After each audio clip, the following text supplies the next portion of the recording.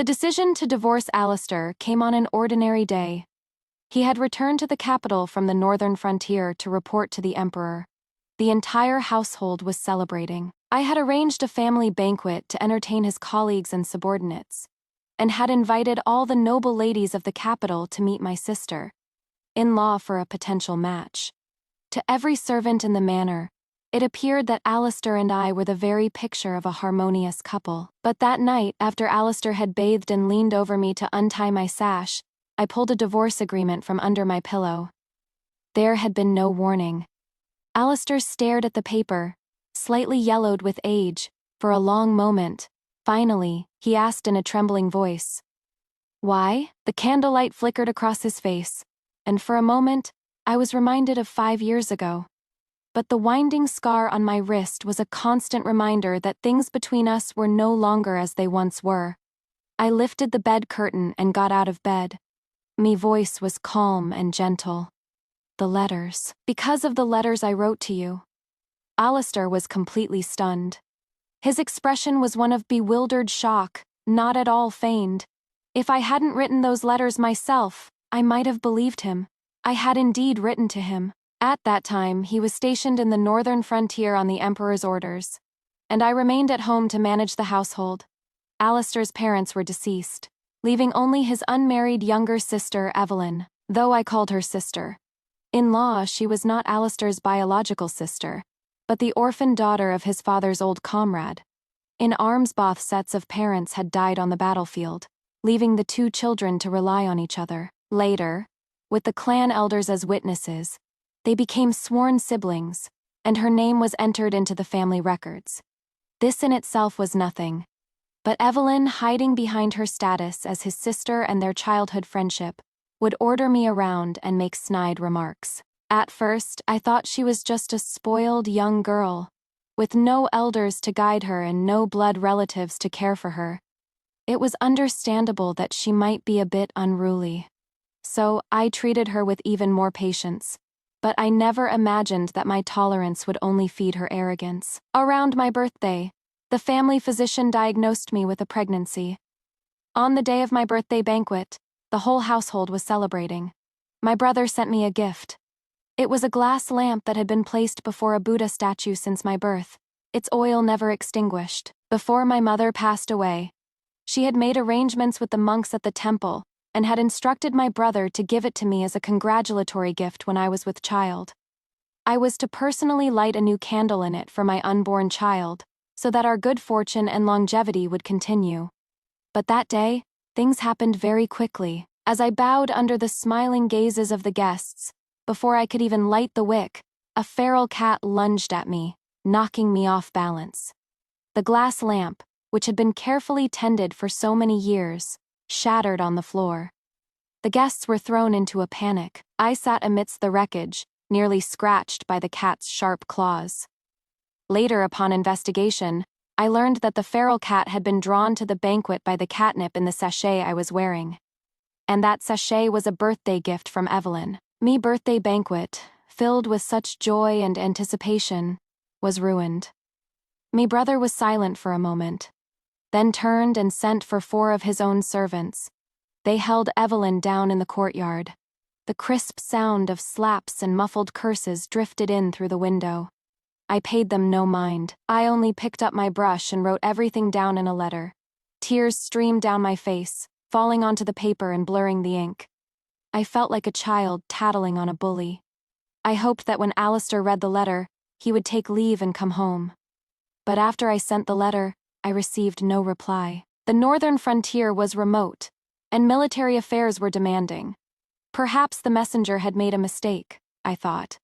It was possible that he hadn't received the letter, or that he was unable to write back. I waited patiently, but instead of a reply, I received news that Evelyn had fallen gravely ill.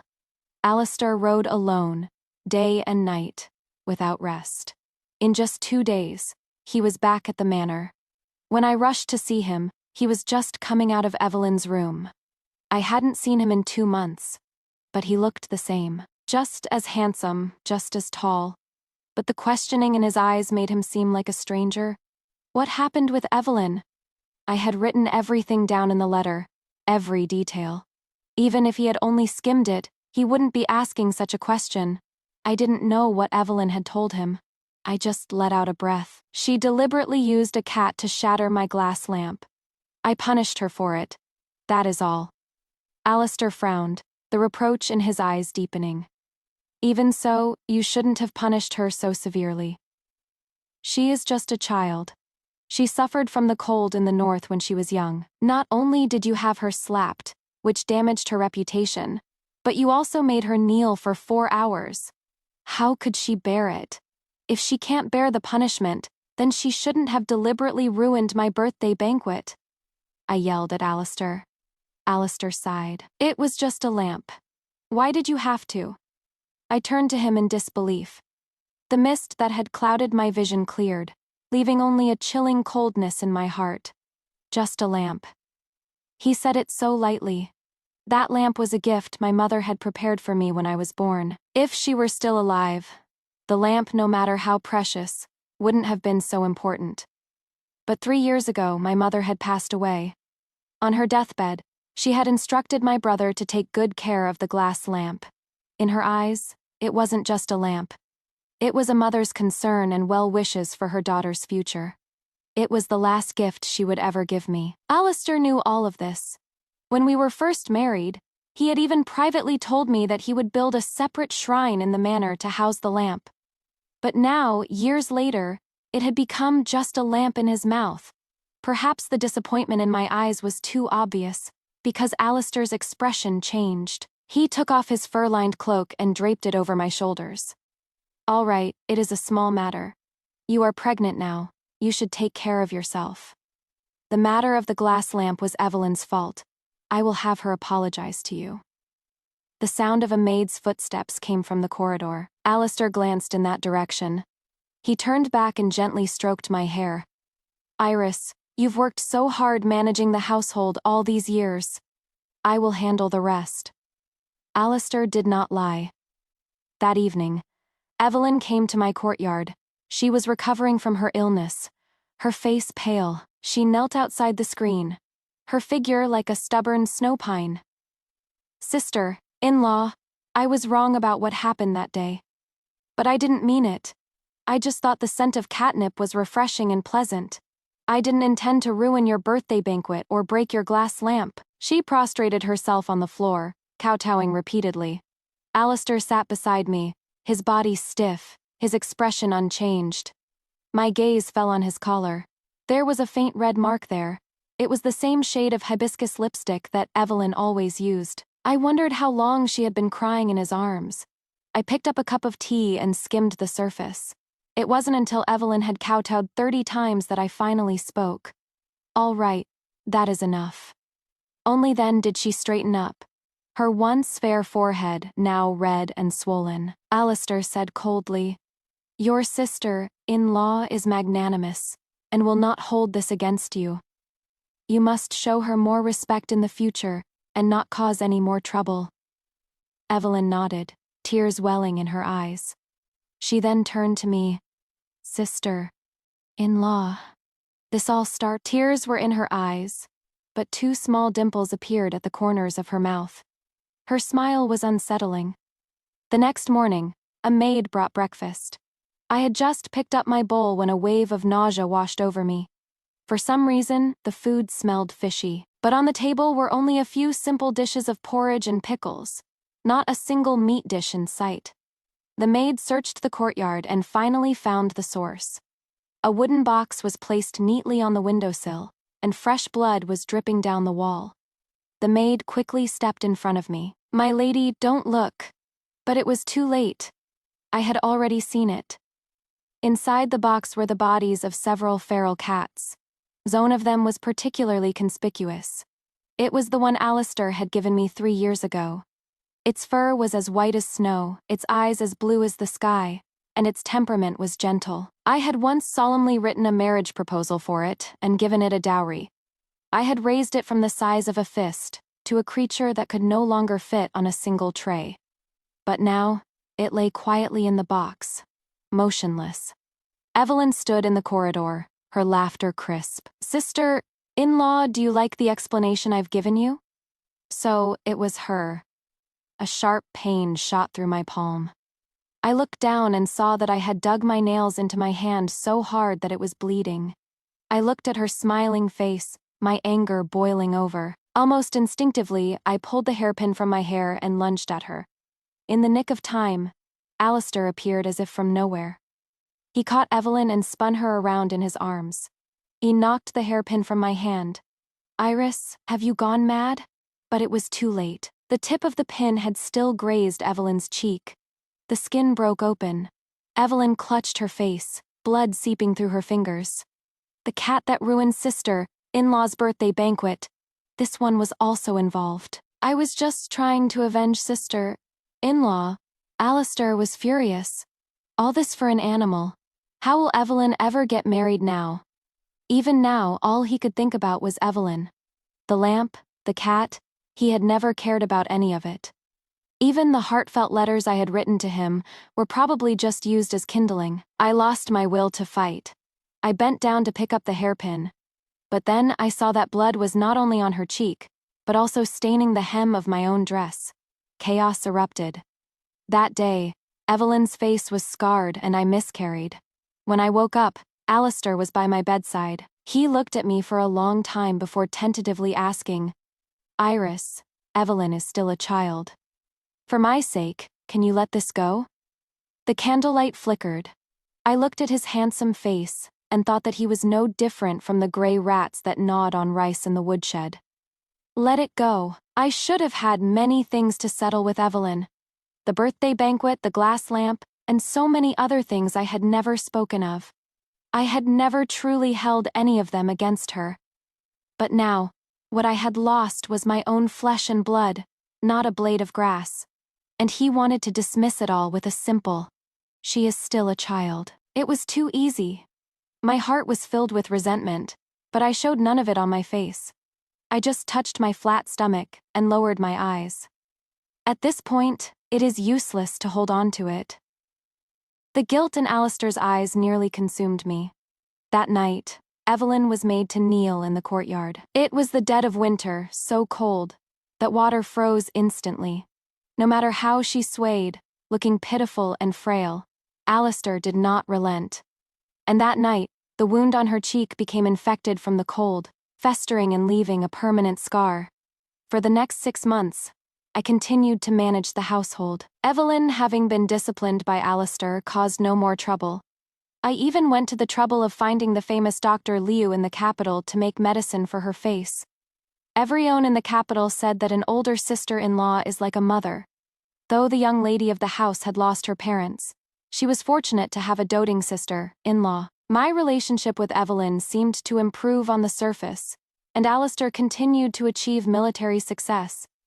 Just as the family was on the verge of rising to prominence, no one expected that I would ask for a divorce. The candle sputtered, and my thoughts, like a flame, returned to the present. Alistair frowned, seeming to rack his brain to remember when I had written to him. He would surely not remember after all. Those events were so long ago. Unless one had experienced them personally, how could one remember them so clearly? Just as he didn't remember that he had once personally written me a divorce agreement. At that time, he was at war with the Yue clan, fearing that if he died, I would be branded a jinx. He had sent me the divorce agreement from 1,000 miles away. He said that if he died, I could use the divorce agreement to remarry. If he returned alive, he would marry me again with great ceremony. But I never took that divorce agreement to the authorities, and Alistair did not die. I kept it carefully in my dressing table. Whenever I felt lonely and helpless, I would take it out and look at it. Though it was a divorce agreement, it was a testament to the love Alistair and I once shared. For it to appear in such a situation now was truly ironic. Alistair's voice was hoarse. "Just for a letter? You want to get a divorce?" I wanted to tell him that it wasn't just one letter, but many, many letters. During the times when I was managing the large household alone, when I was ridiculed by the noble ladies for my humble background, and even when I was repeatedly bullied by Evelyn, I had written to him. But he had never replied. Not once. The past was like smoke. To bring it up now would not resolve anything, but would only make me seem petty. Since that was the case, there was no need to say anything more. I slapped the divorce agreement on the table. Alistair, our marriage was freely chosen. When my family was in decline, you did not break the engagement and marry someone else. I was grateful for that. Later, you were away from home for 5 years, and I managed the household for 5 years. That was my repayment. Our marriage contract has now run its course. We are even. From now on, we will go our separate ways. Under the flickering candlelight, Alistair's face was contorted with shock. I put on my cloak and walked out. But in the corridor, I was blocked by Evelyn. She stood half, hidden in the shadows, a smirk on her face. Iris, do you think you can come and go from this house as you please? Besides, if you leave, where will I get the medicine for my face? I laughed too. Dear sister, in-law, do you really think what you've been applying to your face every day is medicine? Evelyn's expression changed dramatically, and her face turned pale. Her voice cracked. What did you say? I shrugged, my smile innocent. It is the 5 poisons ointment. It is made by grinding the 5 most venomous insects of the season into a powder. Do you know which one is the most famous? Let me think. I believe it is called a leech, isn't it? With every word I spoke, Evelyn's face grew paler. In the end, she covered her mouth with a handkerchief and began to retch. The box of ointment, which she had kept so carefully, was thrown away like a hot potato. That night, I packed my bags and left the manor.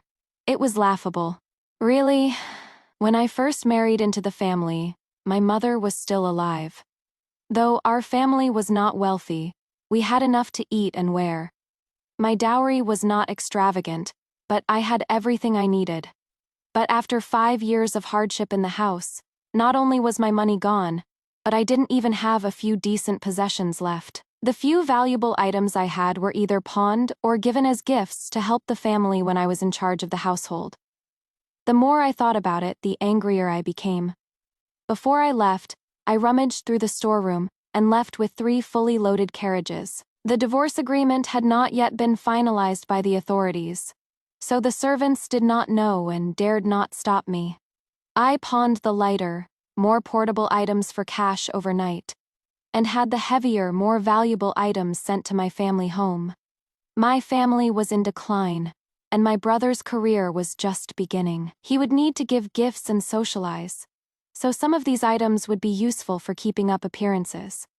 Along with the items, I sent a letter. In it, I explained the situation, and stated that I did not want to tarnish his reputation by returning as a divorced woman. I promised that once I had made a name for myself, I would return to the capital. After all this was done, I took my bag and boarded a boat. The boat was run by a couple. The man poled, the woman cleaned fish. Seeing that I was alone, they didn't ask any questions, just smiled and said, "Miss, would you like some fish soup?" The river was cold, so a bowl of hot soup was a welcome offer. The cook was quick. She gutted and scaled the fish, fried it in a pan until it was golden brown and curled, then added a ladle of boiling water. The soup instantly turned a milky white. The stove glowed red. The boatwoman ladled a bowl of soup and handed it to me. I took one sip and felt the warmth spread through my limbs. I couldn't help but ask, "What kind of fish is this? It is so delicious." The boatwoman smiled, her eyes crinkling. She looked quite proud of herself. "It is just an ordinary river fish. I am just a good cook." The boatman, eating his soup, chuckled. "That is right. No one can make it like my wife. But if you want to talk about delicious, you have to try the 4-gilled perch from Guajou. I was lucky enough to try it once. The soup was just like milk." They exchanged a look and smiled warmly. After finishing his soup, the boatman called out to attract customers. "Anyone else going to Suzhou?" As he untied the rope, the boat rocked twice. A sudden thought struck me. I quickly lifted my skirts and strode ashore. Then I turned and boarded the boat next to it. The boatwoman was stunned.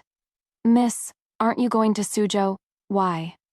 The boat had already left the shore and was drifting further and further away. With no time to get my purse, I pulled a jade hairpin from my hair and tossed it to her. Thank you for the fish soup. I've made up my mind. I am not going to Suzhou.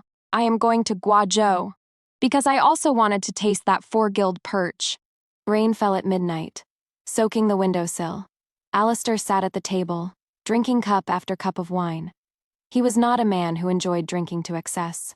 But at this moment, if he didn't numb his senses, he couldn't suppress the pain in his heart. The divorce agreement lay quietly on the table. He remembered the scene from earlier. Iris had insisted on a divorce, and the reason was because of some letters. During their 5 years of marriage, he had spent most of his time on the frontier and knew nothing of the situation at home. Only Evelyn would send a letter to the army every 3 months. They were mostly just coquettish trifles. Nothing important. But he had never received a single letter from Iris. Yet her expression just now had not seemed like a lie. Could it be that he was mistaken? Alistair's heart stirred. The wine cup was thrown back onto the table, leaving a small, dark stain. Summonon, come. What are your orders, General? Where are the letters from the army kept now? The servant's face turned pale, and he knelt, trembling. Is there something wrong? Just give the order. General, I will attend to it immediately, Alistair shouted. Stop wasting time and bring them to me. The letters were finally brought to Alistair. Military affairs were complex, and the number of official documents was overwhelming. Alistair searched for a long time, but found nothing. Just as he was about to lose his temper, the servant, his knees weak, presented another brocade box. The letters inside were neatly arranged. By the candlelight, Alistair opened the first one. It was sent in the spring of the 8th year of the Guajou era, when they had just been married. The paper was a beautiful floral stationery, and the handwriting was a delicate small script. It said, "My husband, are you well at the border? The magnolia blossoms in the manor have bloomed, and I have collected many dried flowers. Magnolia is warming and is excellent for clearing the lungs. Please drink it as tea when you have time." Alistair opened the brocade pouch that came with the letter. Inside were indeed many magnolia petals, but they had withered and yellowed with age. The second letter was sent in the winter of the 9th year of the Guajou era. That year, the Yue clan had repeatedly raided the border. As the commander of the garrison, he had to be vigilant and could not even return to the capital for the new year. The letter simply said, "The border is bitterly cold. My husband, you must take care of yourself and not catch a cold. I have made you a fur coat. It is best to wear it close to your skin." There should have been a fur coat with the letter, but it was nowhere to be found. The servant bowed his head even lower. Alistair continued to open the letters. The third, the fourth, the Iris did not write often. Apart from the first 2 years of their marriage, when she wrote more frequently, she only wrote once every 3 to 5 months in the following years. At first, her letters were concerned with his health, but in the later years, they became letters of complaint. Page after page, she wrote about how Evelyn had caused trouble in the manor and bullied her. For example, she had stained her dress at a banquet, or knocked over a lamp when she was doing the accounts. They were all small matters, really, but Iris, like a tattling child, had poured all her grievances onto the paper. Alistair read with a smile until he opened the last letter. His smile froze. "Alistair, Evelyn broke my glass lamp. If this matter is not resolved, our marriage is over." But how had he handled it? Those few lines made Alistair's blood run cold. He closed the brocade box and struggled to his feet. Why were these letters never delivered to me? The servant trembled like a leaf. It was the young lady who said. Said what? She said she would report on the household affairs to you herself, so there was no need to deliver the lady's letters to you. Alistair had never imagined that Iris had actually written to him, but those clear expressions of love had become blurred and indistinct with the passage of time, and the person responsible for all of this was himself. He turned his head and stared at the flickering candlelight, a strange lump in his throat, until a cold wind blew through the beaded curtain, and someone strode in. "General, the lady, she..." Alistair was overjoyed. He stood up so quickly that he nearly knocked over the candlestick. "Is the lady back?" The servant was stunned for a moment, then shook his head in embarrassment. "No, it is just that the lady..." "What?" The lady has taken the treasures from the storeroom and gone to Suzhou. Crack. The wine cup, which had been about to fall, spun around and shattered on the floor. The climate in Guajou was mild. With the river on one side and the mountains on the other, it was a peaceful scene I had never witnessed before. I was, after all, a daring person. After trying the 4-guild perch a few times, I had the idea of opening a restaurant. Unfortunately, life is not a storybook. After 2 failed attempts that left me broke, the old gentleman who did my accounting couldn't take it anymore. He earnestly advised me, "My dear lady, a restaurant cannot be opened with just money. One must be skilled in management and have vision. Otherwise, even a mountain of gold will be lost."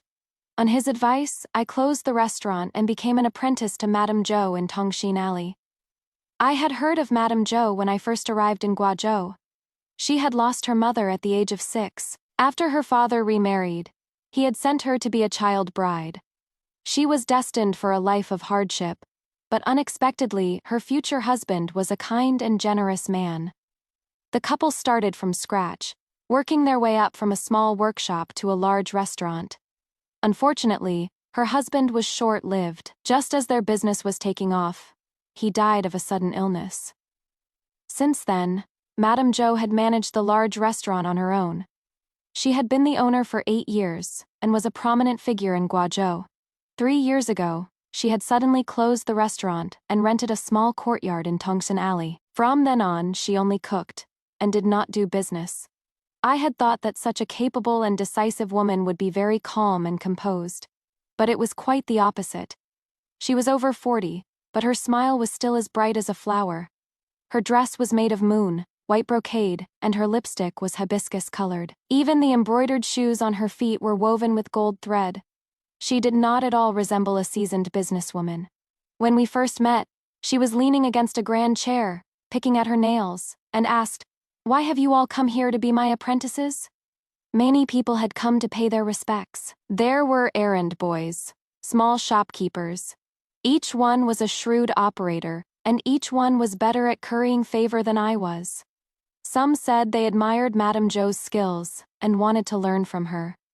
Others said they admired her character and wanted to be her friend. Only I, after fidgeting with my skirt for a long time, managed to stammer out, I want to open a restaurant and make money." This was not a lie. After all, I had already squandered most of the money I had taken from Alistair. If I didn't start thinking about my livelihood, I wouldn't even have the money to return to the capital. Everyone was surprised that I had answered so bluntly and turned to look at me. Madame Zhou also sat up, her gaze falling on me. She let out a pfft of laughter, and the hairpins on her head swayed with a clear tinkling sound. "You are an interesting girl." With just that one interesting, I successfully became her apprentice. Along with me was a young man. Strangely, Madame Zhou had not asked him any questions. She had only accepted his letter of introduction and taken him in. The young man's surname was Lin, and his name was Fengmian. Tow traveled to the Jingting Pavilion to listen to the wind in the pines. When Madame Zhou praised my finely sliced vegetables, he would say, "My radishes were not clean." When Madame Zhou praised my meticulously kept accounts, he would say, "My handwriting was not bold enough." This was not untrue. My delicate small script was fine for writing poetry or essays, but on an account book, it did not look like the hand of a proprietor. But at least it was better than his chicken scratch.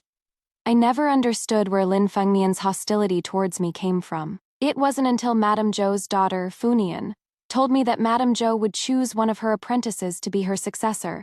She would teach them everything she knew, from the art of business to her secret recipes. Only then did I understand. Lin Fengmian was not hostile towards me. He was competing with me. Even a well-connected apprentice wanted to be a legitimate successor. The days in Tongshin Alley passed quickly. In the blink of an eye, it was September. As was customary, Madame Zhou would set up 3 tables of banquets in the food pavilion, using the seasonal ingredients of summer to entertain the city's dignitaries. This was both to thank them for their patronage over the past year and to create a buzz so that other important people who could not attend would know about it. In this way, the food pavilion's business would be secure for the coming year, Year after year, the food pavilion's reputation would grow. Madame Zhou explained everything to us in detail, but I was still confused. If there are 3 tables, why is there only 1 table in the waterside pavilion? Madame Zhou smiled mysteriously. Because this year's guests are not the city's scholars and noble ladies, but a princess. The current emperor had few children, only 3 princes and no princesses. The only person who could be called a princess was the late emperor's youngest daughter, Princess Nangua. As the emperor's only full-blooded younger sister, Princess Nangua was naturally doted on, not to mention that when she was married, the emperor had chosen the best young man in the capital, the heir of the Duke of Jing, to be her husband. Later, after the heir's death, the emperor, to compensate his younger sister for her loss, had given her the most prosperous city of Suzhou as her fiefdom. This time, the princess was returning to the capital and happened to be passing through Guajou.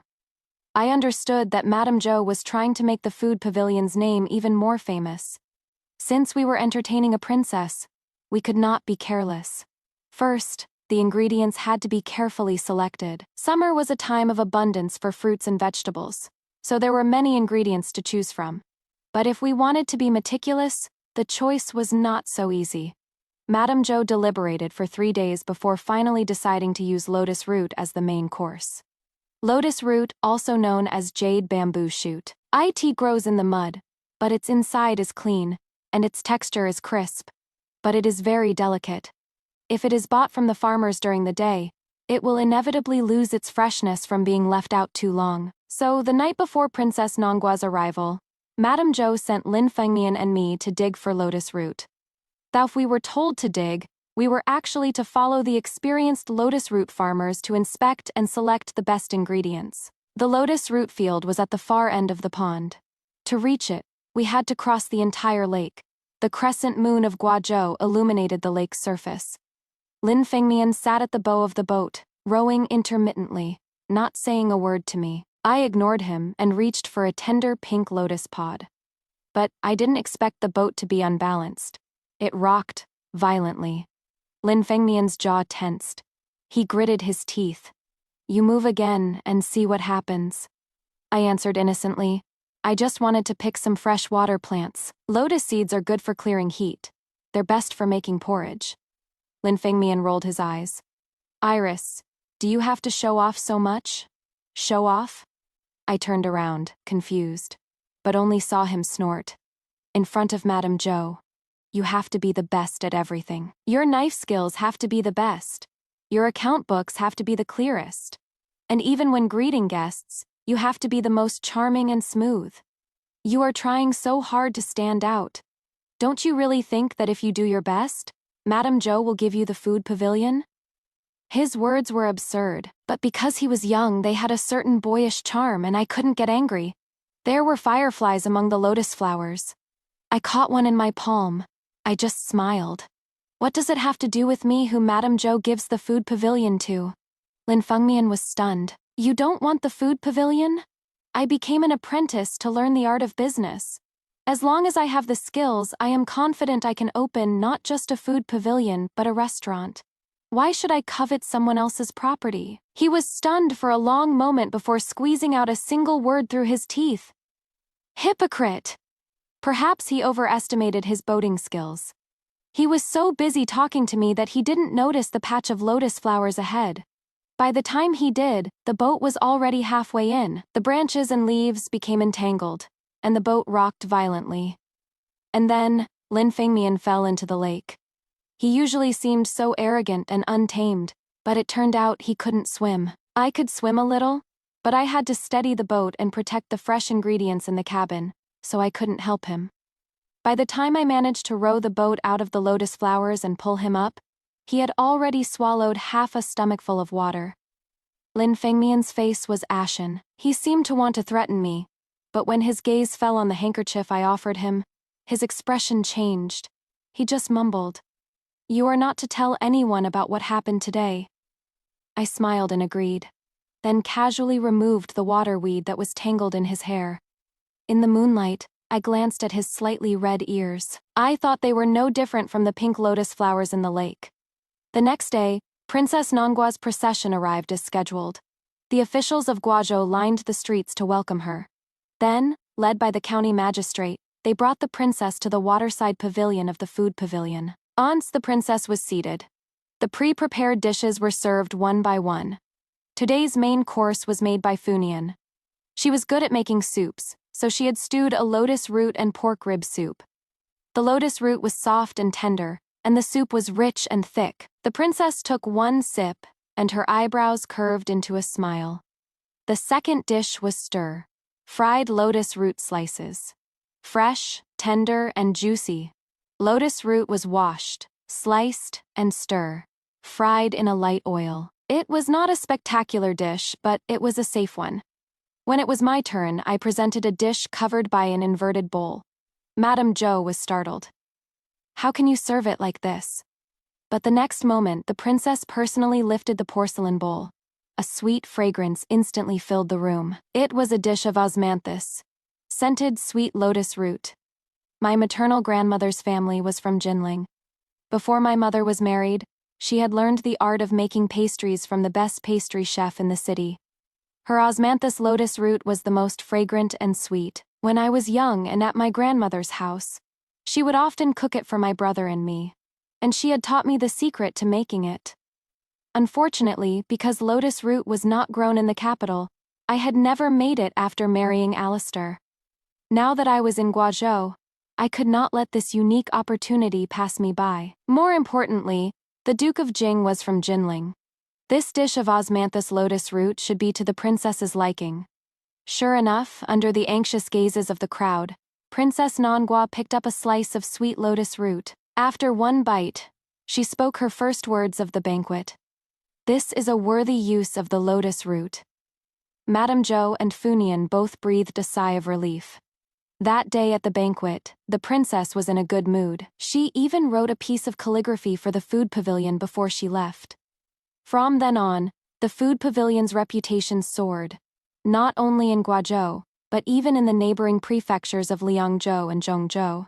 Everyone knew Madame Zhou's name. This should have been a good thing. But unexpectedly, by a twist of fate, it brought Alistair to me. When Alistair arrived, I was busy making a pot of fish soup. Funian said that a new fish slice soup known for its spicy and sour flavor had become popular in the city. Many restaurants were serving it. In the spirit of learning is not shameful. I immediately went to the large vat in the courtyard to get some pickled vegetables, but I unexpectedly ran into an old acquaintance. In the midst of a crowd, a handsome, thin face was revealed. Our eyes met. I was stunned, and he was ecstatic. It was Alistair, whom I hadn't seen in a long time.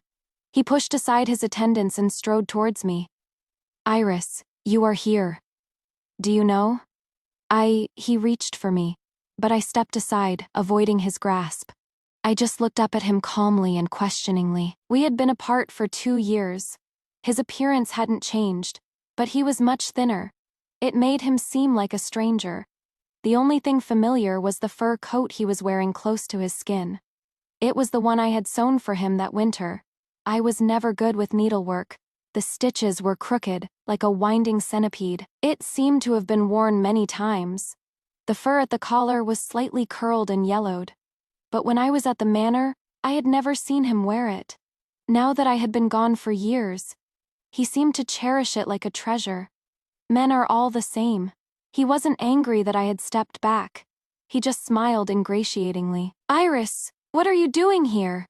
Then his gaze fell on the apron around my waist and the pickled vegetables in my hand. "I never knew that after leaving the capital, you would be living like this." But I curled my lips into a smile. "General, you say that as if I had a comfortable life in the capital before." The guilt in his eyes was so thick it nearly consumed me. "That is not what I meant. Iris. You don't know. I've been looking for you for a long time. That damned boatman lied and said you went to Liangzhou. I followed the trail there, but..." His eyes were slightly red, and by the end, his voice was tinged with a hint of grievance. But I just felt disgusted. "Enough." I cut him off. "Alistair, what is the point of saying all this now? Do you think that if you put on a show of deep affection and explain yourself, I'll change my mind?" I wrote you so many letters. I suffered so much for you, but you never cared. From the moment you favored Evelyn and ignored me, the bond between us was broken. I said it before, from now on, we are strangers. Alistair swayed, nearly falling. Perhaps the sun had blinded me, but I thought I saw him choke back a sob and kneel down. In full view of everyone, his eyes were red, and he was almost begging. Iris, everything that happened in the past was my fault. Come back with me, please. Before I could answer, the young man behind me, he hit Alistair on the head with a copper ladle. You brain-damaged fool. Don't come out here and cause a scene. Alistair's head was knocked to the side, and he nearly fell face first onto the ground. When he came to his senses, his vision still blurry, he gritted his teeth and asked, "Who are you?" Lin Fengmian snorted, his eyes nearly rolling into the back of his head. This young master doesn't change his name when he travels. I am Lin Fengmian. Lin Fengmian. Alistair was stunned for a moment, as if he couldn't recall the name. But seeing me turn to leave, he quickly stood up to stop me. I was worried about the fish slices in the kitchen. He had blocked me several times, and I was starting to get angry. I raised my hand and threw a piece of pickled vegetable at him. The murky juice stained his clothes. Will you ever stop? I've already signed the divorce agreement.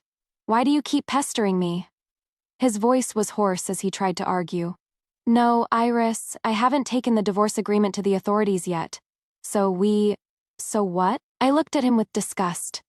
You wrote the divorce agreement yourself, and you did what you did. Am I wrong to blame you? I glanced around the courtyard and then back at Alistair.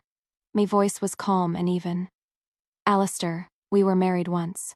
Don't make me lose respect for you. After this commotion, my past was completely exposed. Funian, being simple-minded, brought a plate of fruit and tried to get some gossip out of me. Unfortunately, before she could even sit down, Madame Zhou dragged her out by the ear. After closing the door, she sighed. I never knew that you were once. Perhaps not wanting to embarrass me, she left her sentence unfinished. But I smiled. Why dwell on the past? I only look at the present. Madame Zhou nodded in agreement. That is the right way to think about it. A person only has two shoulders. If you fill them with hatred and resentment, there is no room for joy and happiness. It is good that you can think so openly. But what? Madame Zhou glanced at me and hesitantly took out an invitation. It was from the princess's residence. Princess Nangua has invited you to the capital. She wants you to make the osmanthus sweet lotus root again at the winter solstice banquet. Iris, this is a good opportunity for you to make a name for yourself.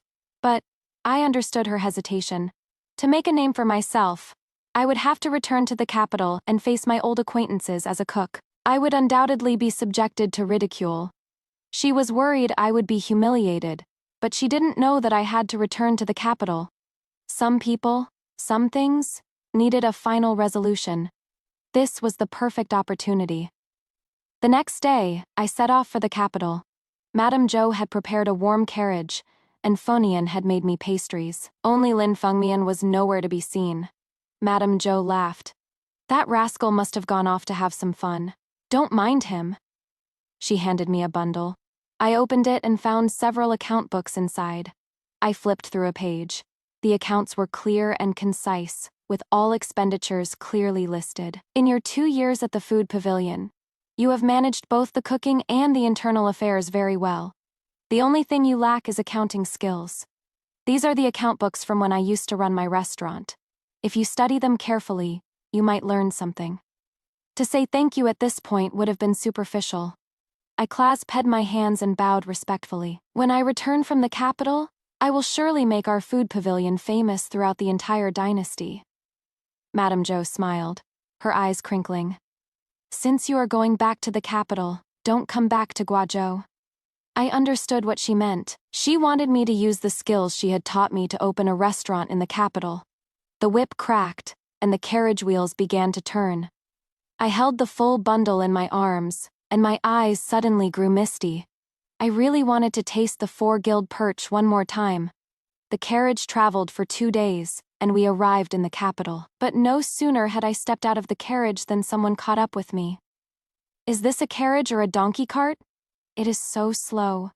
I've been waiting for you for half a day." I turned my head and met a pair of bright, lively eyes. It was Lin Fengmian. He was leading a horse, his clothes covered in dust, as if he had been traveling for a long time.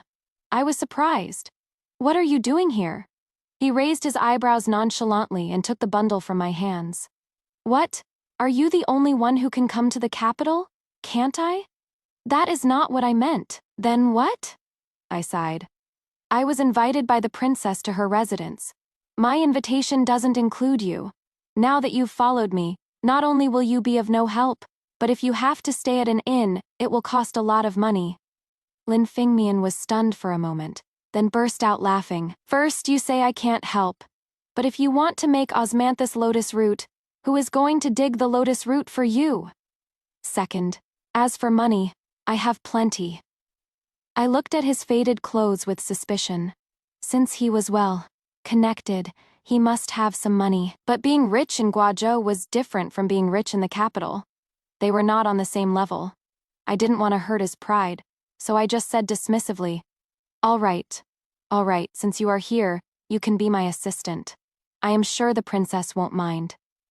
Lin Fengmian chuckled and nodded. The princess had returned to the capital but had no residence, so she had rented a mountain villa in the eastern part of the city.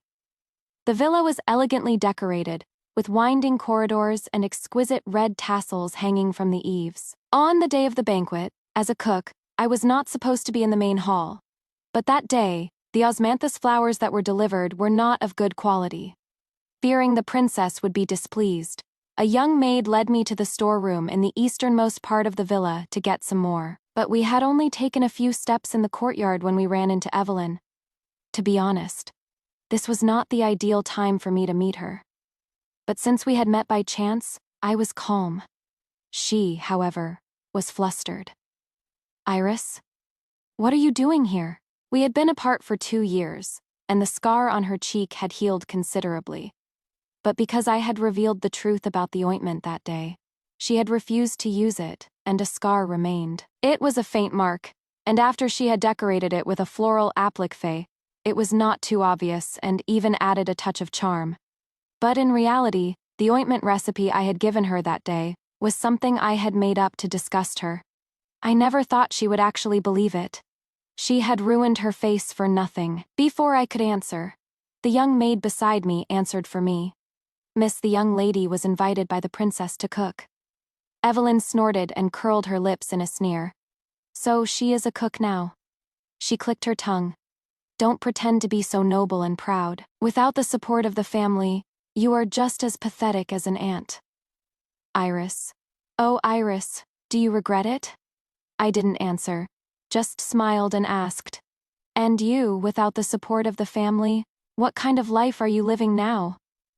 After returning to the capital, I had heard some news about the family. Everyone said that Alistair was a cruel and heartless man who had treated his adopted sister poorly. Evelyn's life was probably not very good either. Evelyn didn't speak, but her face grew uglier. I quickly and accurately delivered the second blow. "Oh, I forgot. I haven't heard any news of a wedding in the family. Could it be that the second young lady of the house is still unmarried?" Evelyn finally couldn't take it anymore and shrieked, "You are lying!" Her maid followed suit. "Our second young lady is already engaged to the second son of the Marquis of Yongping. She will be married in half a month. A divorced woman like you could never hope for such a match." The second son of the Marquis of Yongping was famous throughout the capital.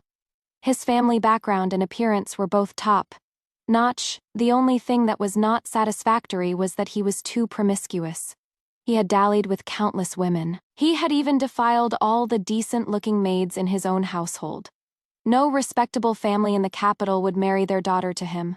But Evelyn was engaged to him. I smiled strangely. "I thought you would be Alistair's second wife." The maid beside me gasped. "For a brother to marry his younger sister. How could such a thing be?" The maid's shocked expression made Evelyn feel ashamed and angry. She raised her hand to slap me. but the next moment, her hand was caught. Evelyn turned her head and saw that it was Alistair. The mist in her eyes deepened, and she was on the verge of tears. Brother, it was her. Enough. Alistair cut her off. Stop causing trouble. While Evelyn was stunned, I slapped her across the face. It had rained the night before, and the courtyard. Evelyn fell into a puddle of mud. Alistair started to reach for her, but stopped when he met my gaze.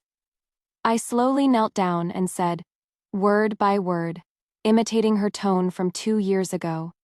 Dear sister-in-law, do you like the welcome gift I've given you? Oh, by the way, I knocked off your floral applique fay. That scar of yours is really ugly. It looks like a cracked pumpkin.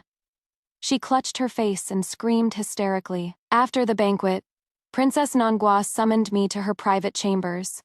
I had thought it was because the sweet lotus root was not to her liking, but the princess began. You and Alistair. Seeing her hesitant expression, I was reminded of Funian. It seemed even princesses were not immune to gossip. I knelt and curtsied, explaining briefly, I was once married into the family, but we are now divorced. The princess nodded in understanding. No wonder that young lady from the family treated you so poorly today. But from what I saw, Alistair does not seem to be without feelings for you. Why did you divorce? This was a difficult question to answer. If I said that Alistair had been unfaithful, but he had not actually done anything out of line, I would be accused of slander. But if I said that I had been unfaithful to Alistair, it would damage my reputation. After much consideration, I slowly replied. Actually, the reason I divorced him was because I had the same thought as you, princess. The princess was stunned, the same as me. She seemed to have heard something incredible. But my husband and I never divorced. Even after he passed away, I remained a widow for many years. How are we the same? I smiled slightly. Everyone knows that you and your husband were deeply in love. Your remaining a widow for so many years is naturally out of respect for your bond, but perhaps there are other reasons. What other reasons? I think perhaps the princess does not wish to be constrained. I am a royal princess. When have I ever been constrained? Regardless of status, when it comes to marriage, women are always at a disadvantage. If you are devoted, you lose your freedom. If you are free, you lose your propriety. But if you are proper, you become too distant. There are always rules and regulations, and it is never perfect. This is what it means to be constrained, the princess asked. So, that is why you divorced Alistair. I nodded. Yes, like you, princess. I do not wish to be bound by affection and constrained by others. The princess was silent. The entire chamber was so quiet you could hear a pin drop. After a long moment, she sighed. That Alistair is truly blind. I had guessed correctly. The princess had remained a widow for so many years. Not because she was still mourning, but because she did not want to remarry. She did not want to be bound by the conventions of society. So she claimed she was honoring her late husband's memory. I breathed a sigh of relief thinking I had escaped, but I never expected the princess's next words to be, Little blockhead, you are a lucky boy. You've really found a treasure. Little blockhead. I turned my head in confusion and saw Lin Fengmian emerge from behind the screen with a grin. He bowed and winked at the princess. So, Aunt, you agree? The princess shook her head helplessly and smiled. I agree. I was completely bewildered. Even after leaving the villa, I still didn't understand what they were talking about. The only thing that stuck in my mind was Lin Fengmian's aunt. I couldn't help but ask, The princess is your aunt? Lin Fengmian nodded. My mother was a close friend of the princess. When I was still a baby, she became my godmother. I was dumbfounded. But you said your family were merchants. He smiled slyly. Royal merchants are still merchants. I told you. I am not short on money. Only then did I understand. Lin Fengmian's Lin was the same Lin as the Lin's bank, the Lin's salt monopoly, and the Lin's clothing store, the Lin's jewelry store. The Lin's, it was just that when we first met, he had looked so shabby that I had mistaken a young master for a commoner. I had never imagined that it was the same Lin. Seeing me standing there like a clay statue, Lin Fengmian explained. It is not that I intentionally hid it from you. It is just that my mother said I was born with a silver spoon in my mouth, and that I had to experience some hardship before I could inherit the family business. So she sent me to Guajou to train. I was planning to tell you when I returned to the capital. This timing isn't so bad either. Only then did I understand why Princess Nangua had traveled by land instead of by water, and why Madame Zhou had kept Lin Fengmian at the food pavilion, even though he caused trouble every day. It turned out that everyone had their own agenda from the beginning. Only I had been kept in the dark. Seeing my silence, Lin Fengmian thought I was angry and panicked. He scratched his head, racking his brain, and then blurted out, Madame Zhou said you were going to open a restaurant when you returned to the capital. Our family's business is all over the capital. Although we don't have a restaurant, it wouldn't be difficult to buy one. Iris, would you be willing to be the manager? I looked up at him, my eyes full of questions. What do you mean by that? The usually arrogant young man's ears turned red. He stammered, his eyes bright. What I mean is, would you be willing to manage this entire family business for me? I was stunned for a moment, then asked, all right, how much will you pay me a month? Opening a restaurant would be difficult, but just doing the accounts might not be so hard. But Lin Fengmian was getting anxious. That is not what I mean. Then what do you mean? I mean, I want to hand over the entire Lin family business to you. As long as the pay is good, I agree. Why can't I get through to you? Lin Fengmian's face was flushed with anger and his ears were burning. The next moment, my palm felt cool. I opened it and saw a jade hairpin. Now do you understand? Even if I were the best at playing dumb, I couldn't pretend anymore. The hairpin was of good quality, but the craftsmanship was very rough, as if it had been made by a novice craftsman. For a moment, it felt as if it weighed 1,000 pounds. I pushed it back. You may not know about my past, I have been married before. I know to Alistair. Lin Fengmian answered nonchalantly, as if he had known all along. I saw Alistair that day. He did not seem like an upright gentleman. The fact that you divorced him only proves that the fault lies with him, not you. You've been married, you haven't killed anyone. What do I have to be concerned about? I shook my head, still not convinced. But you are 2 years younger than me. What is wrong with being younger? You don't know. Being young has its advantages. He leaned in, a mischievous smile on his face. Besides, you are the only one who has ever seen me at my most pathetic. The laws of the dynasty are strict. I can't kill you to silence you, so I'll just have to marry you. I looked at his eyes, as bright as the crescent moon, and my heart pounded like a drum. After leaving Princess Nangua's residence, I did not return to the capital. I immediately used most of my savings to rent a restaurant in the capital. Lin Fengmian came to visit every day. I was reluctant to agree to him at first, but he was so persistent that I finally set the wedding date for the end of the following year. My brother was not optimistic about the marriage. Not for any other reason, but because Lin Fengmian was so flippant that he did not seem like a serious person. Until that year's winter solstice, when Lin Fengmian made me a fur coat. His family was wealthy. He could have bought any kind of fox fur coat in the entire capital, but he insisted on making it himself. He was a man, after all, and clumsy with his hands. His 10 fingers were pricked like a sieve, but he still happily draped it over me. The weather is getting colder. Our Iris needs a fur coat to keep warm. From that day on, my brother agreed to the marriage. I teased him. You were bought over with just one piece of clothing. Your sister is not worth much, is she? My brother laughed and shook his head. It is not because of the clothes. I just think that for the rest of your life, it would be wonderful to have someone who cherishes you and understands your hardships. Iris, from now on, don't give your heart away so easily. Try to accept the affection of others. I mumbled my agreement, but my eyes welled up with tears.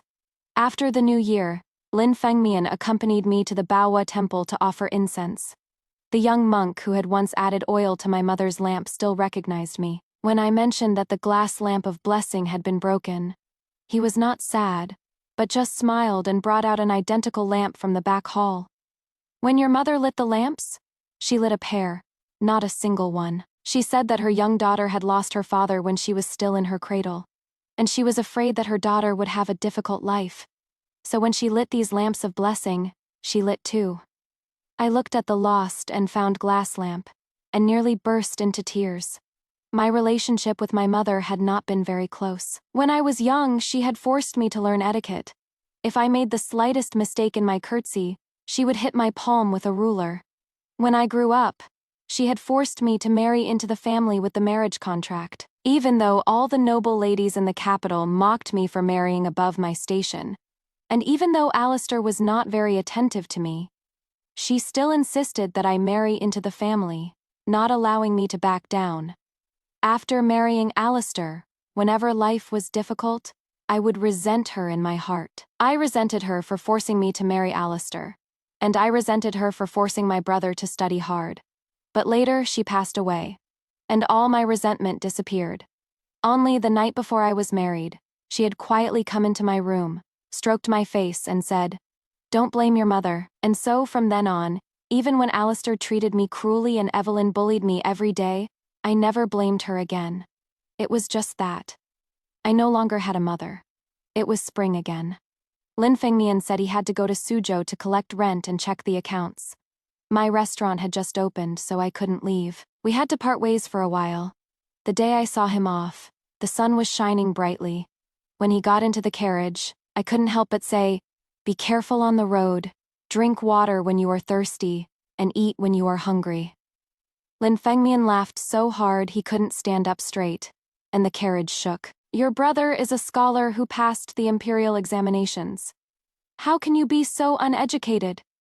Seeing that I was getting angry, he quickly clasped his hands and apologized. My mistake. My mistake. Is there anything else the esteemed proprietress would like to say? This humble servant is all ears. I gave him a sideways glance. Nothing else? But since you are going to Suzhou, you'll be passing through Liangzhou. We still need to talk to your mother about our marriage. But Lin Fengmian shook his head. My mother divorced my father and doesn't meddle in my affairs anymore. She only sent me to Guajou because she saw I was becoming a wastrel. Otherwise, she would never interfere.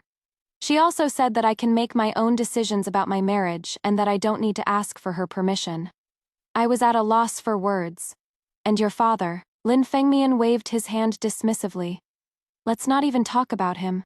We were both silent. The carriage curtain had already been lowered. As the driver cracked his whip, he quickly squeezed my palm. He smiled slyly. Don't worry, even without the help of my family, I will not neglect you in the slightest. Since you are marrying me, your wedding ceremony will be the grandest in the entire capital. The carriage started to move and soon disappeared from sight. I was about to turn back to the restaurant when I saw a familiar face in the dust kicked up by the carriage wheels. It was Evelyn. Her hair was disheveled, and her clothes were ragged. She was wandering through the crowd like a zombie. She had only taken a few steps before the maids from the Marquis of Yongping's household caught her and pushed her into a carriage. The onlookers tut-tutted. She is a proper young lady from a noble family, yet she has fallen to such a state. It is so pitiful. Pitiful. I heard from the servants who empty the chamber pots at the Marquise's residence that this little miss is quite a handful. In just 3 or 5 months of marriage to the second son of the Marquis, she has dismissed countless concubines and maids, and has even forced dozens of bowls of saffron tea down their throats. She is that ruthless. Then how did she end up like this? The gossiping woman spat out a mouthful of melon seed shells and spoke with an air of authority. I heard that she accidentally caused one of the Marquise's concubines to miscarry, and as luck would have it, that concubine was the second son's childhood sweetheart, and he cherished her like the apple of his eye. When she was forced to drink a bowl of saffron tea, she became barren. The second son was furious and had her drink a bowl as well, and as it happened, she was also pregnant. The shock of it all drove her mad. What a tragedy.